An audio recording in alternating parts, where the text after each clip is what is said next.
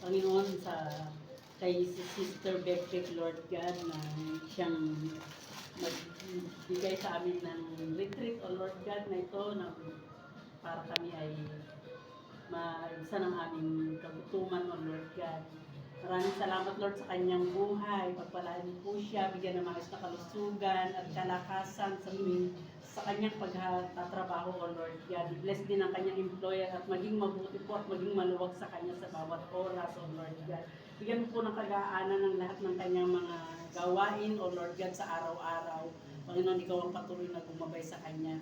Pagpalain mo rin po ang mga biyayang ito, Lord God, mula sa iyong pagpapala. Daluyan ang iyong kapangyarihan, ang kagalingan, kalakasan at kasaganaan sa aming buhay.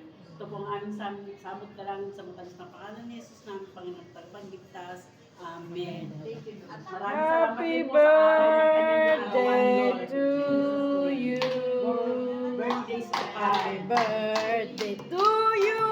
Birthday to you. Ilakas nyo. Happy birthday, happy birthday, happy birthday to you.